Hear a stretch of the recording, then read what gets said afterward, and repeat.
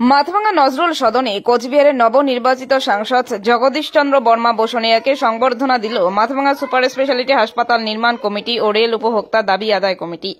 এদিন মাথাভাঙ্গায় super speciality হাসপাতাল নির্মাণের দাবি সাংসদকে জানানো হয়েছে।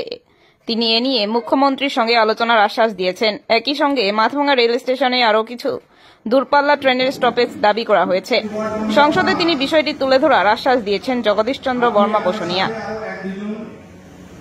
গ্রামের সাধারণ মানুষ যাতে স্বল্প মূল্যে অথবা বিনা পয়সায় যাদের চিকিৎসা চিকিৎসা পরিষেবাকে মানুষের হাতে পৌঁছে দেওয়ার জন্য আমরা স্বাস্থ্যসাথী কার্ডের প্রবর্তন আমাদের সরকার করেছে।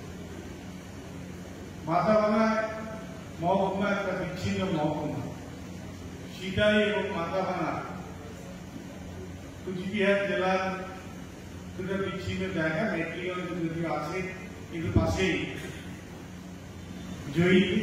তিস্তা নদীতে জয়ী শুরু হওয়ার ফলে হলদিবাড়ি সুপার স্পেশালিটি হসপিটালে সেখানকার মানুষের যাওয়ার ক্ষেত্রে অনেকটা সুবিধা। তো সেদিক থেকে মাথাভাঙ্গার মানুষজন তারা যে চেষ্টা করছেন আমি তাদের চেষ্টাকে সাধুবাদ জানাই। কিন্তু একটা জিনিস আমাদের মনে রাখতে হবে যে কোনো জিনিস সৃষ্টির মূলে কিছু মানুষের শ্রমের প্রয়োজন হয়, মানুষের ঐক্যাত্মিক প্রচেষ্টার প্রয়োজন হয় এবং সেটা নিয়ে দীর্ঘদিন একটা লড়াই আন্দোলন আমাদের চালাতে হয়। তার ফসল শেষ পর্যন্ত যদি আমরা ধরে রাখতে পারি, আন্দোলনটাকে নিয়ে কাজ করতে পারি, একদিন একদিন আমাদের হবে এবং সরকারও সতর্ক ভূমিকা গ্রহণ করে।